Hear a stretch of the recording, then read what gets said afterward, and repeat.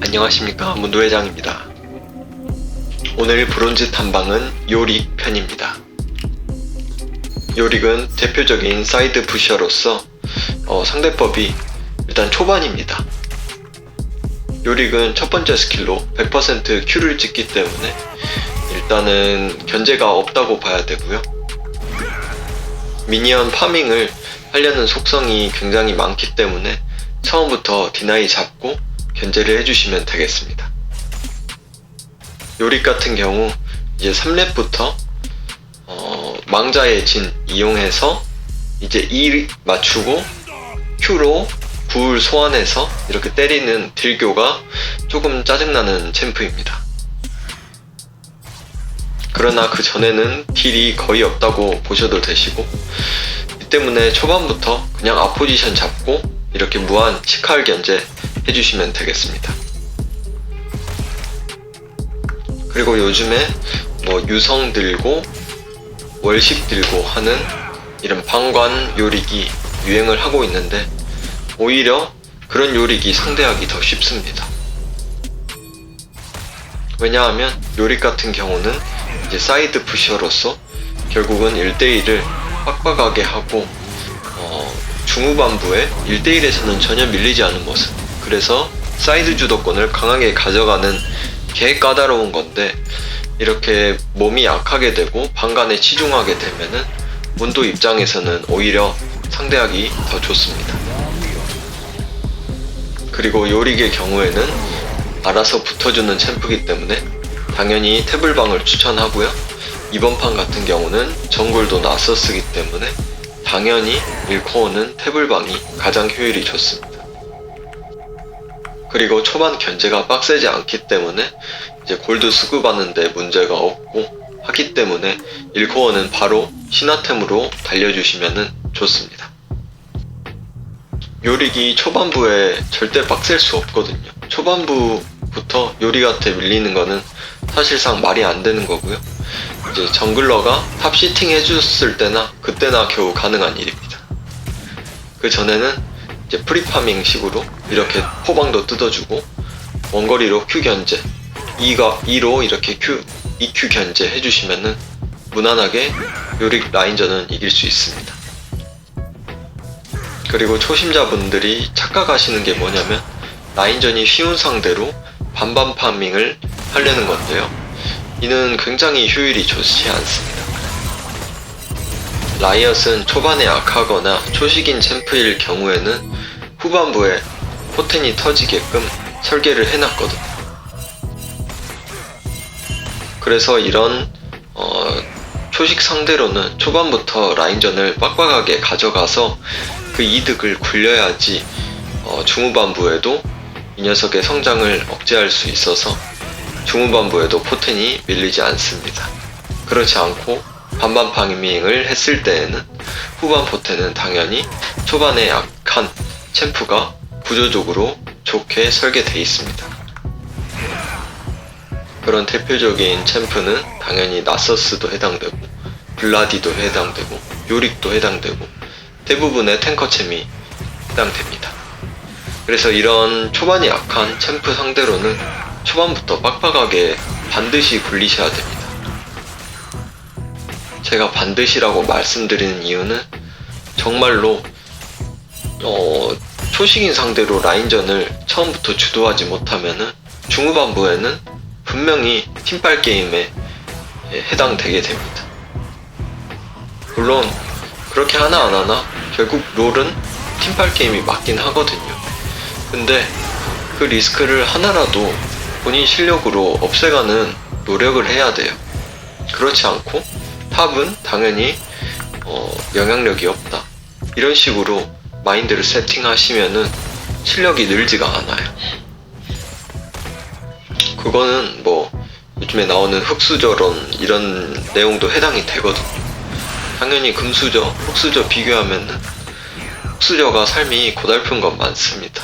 그리고 운에 더 영향을 많이 받게 돼요. 왜냐면은 가진 게 없고 하나의 실패가 본인 삶에 크게 다가오거든요. 근데 그럼에도 불구하고 세상은 결국 운빨이 크다. 내 노력은 기대치가 낮다라고 처음부터 생각하시는 것과 이게 운이 작용하는 걸 알지만서도 이 작용하는 운을 최소화하기 위해 본인이 노력하는 삶을 이렇게 하는 것과는 천지 차이가 있습니다.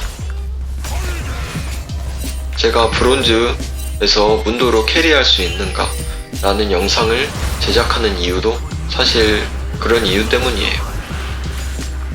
제가 영상을 올리면서 뭐 이렇게 하면은 캐리할 수 있다, 이렇게 영상을 많이 남겨드렸었는데, 사실 우리 부실골, 특히 브론즈 분들 핑계대는 이야기가 그겁니다. 내가 아무 이렇게 해도 미드나 보시 터집니다. 이러면은 아무 의미 없습니다. 그리고 댓글에서도 나오죠. 어차피 롤은 운빨 전망 게임인데 이렇게 해봐야 무슨 소용이 있나요? 이런 식으로 댓글을 다시는 분이 있어요. 당연히 롤에는 운이 작용합니다. 그러나 그 운을 상쇄하는 플레이는 분명히 있어요. 그럼에도 불구하고 운이라는 요소는 결코 이제 배제할 수는 없어요. 결국은 운이 작용하게 돼 있습니다. 근데 이제 처음부터 이제 운이 모든 것을 결정한다라고 생각하시는 거는 정말 큰 차이가 있거든요. 제가 말씀드리는 이 영상도 결국 그 맥락입니다. 이렇게 해서 이길 수도 있고 질 수도 있어요. 왜냐면은 팀운이 매판 달라지잖아요. 근데 제가 장담하는 이야기는 이런 식으로 플레이해서 판수가 쌓이면은 점수는 무조건 올라가게 된다는 겁니다. 왜냐면 제 플레이는 일관성 있게 운에 의지 않는 플레이를 하지 않기 때문이에요. 저는 게임 시작하기 전에 우리 정글 보고 절대로 탑에 오지 말라고 합니다. 운의 요소를 줄이기 위해서. 그리고 제 마인드는 이제 우리 팀이 합류하거나 안 하거나를 고려하는 플레이를 하지 않아요. 저는 항상 우리 팀이 없다고 생각하고 플레이합니다. 저는 합류를 하지 않습니다. 합류를 하지 않는 이유, 그건 팀운의 영향을 받지 않기 위해서예요. 대신 저는 적을 탑으로 부르는 게임을 합니다. 적이 탑에 오냐 안 오냐 또 운이지 않나요? 라고 물을 수 있죠. 그러나 제가 하는 플레이를 하면 적이 탑에 오지 않을 수가 없습니다. 운의 영역이 아니에요. 그럼에도 불구하고 탑으로 적이 안 온다? 그러면 저는 그 이득을 최대한 굴릴 수 있게 게임을 설계합니다. 저는 1번 라인전에 치중한 플레이로 적 라인전을 찢어 놓습니다.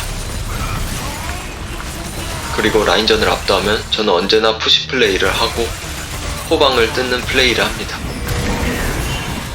타워를 밀고는 적 정글을 장악하는 플레이를 합니다. 제가 이런 플레이를 할 때 적이 탑으로 와서 저를 막지 않으면 팀적으로 엄청난 손해를 입습니다. 그렇기 때문에 적은 무조건 탑에 와야 합니다. 안 오면 어떻게 된다? 고속도로가 난다. 그리고 적이 먹을 정글은 절반으로 줄어든다. 저는 이러한 이득을 얻기 위해 합류를 하지 않습니다. 합류를 하지 않더라도 저는 팀적으로 이미 기여를 하고 있기 때문입니다. 합류를 할 필요가 없어요. 제가 이런 플레이를 하면 적이 최소 2명에서 3명이 탑으로 와야 되기 때문에 저는 합류를 하지 않고도 적을 2명에서 3명을 잡고 있는 플레이를 하는 겁니다. 이렇게 되면은 하체에서는 팀적으로 수적으로 우위를 가진 플레이를 할 수 있게 됩니다. 이렇게 할 수 있는 이유, 제가 라인전을 찢을 수 있기 때문입니다. 라인전을 찢을 수 있는 이유, 제가 피지컬이 뛰어나서가 아닙니다. 전 점화 유치화를 들고 전투 스펠에 라인전의 모든 걸 걸었기 때문입니다. 그리고 라인전 우위를 이용한 스노우볼을 굴리기 때문입니다. 이 방법을 브론즈에서 구현을 한다? 이거는 절대로 점수가 안 오를 수가 없습니다. 문도는 라인전이 셉니다. 그리고 조작 난이도가 쉬워요. 그래서 조금만 숙련도 쌓으면은 브론즈 애들은 다 가지고 놀 수 있습니다. 그러면 제가 1번 대전제 요소는 갖춰지죠. 라인전을 찢었다. 그 찢은 이후로는 제 공식대로만 하시면은 이거는 답안지 보고 게임하는 거라 다름이 없어요. 제가 지는 경우의 수는 저 빼고 모든 라인이 다 터졌을 때예요. 그렇지 않고는 제가 속해 있는 팀이 대부분 이깁니다. 이건 자만이 아니에요. 이거는 운에 의한 것도 아니에요. 여러분은 브론즈에서 탈출하기 위해서는 운에 의지하를 플레이를 하시면 안 됩니다. 그리고 이렇게 강력 추천할 수 있는 이유? 브론즈는 라인전을 찢을 수 있어요, 기술적으로. 제가 브론즈 4에서 1까지 오는 동안 라인전 한 40판 정도 한 것 같은데 한 2판 정도 빼고 다 이겼습니다. 그리고 진 2판은 당연히 적 정글이 와서 제가 정말 중요한 타이밍 때 맞아서 그 스노우볼이 굴러갔기 때문이고요. 그 이외에는 전부 이겼어요. 문도로 말이에요. 30대 중반이 말이에요. 오늘 영상은 라인전이 치열하지 않았기 때문에 강의보다는 좀 잡담 위주로 해봤고요. 긴 영상 시청해주셔서 감사드리고 여러분의 구독, 좋아요, 댓글, 알림 설정은 영상 제작에 큰 힘이 됩니다. 감사합니다.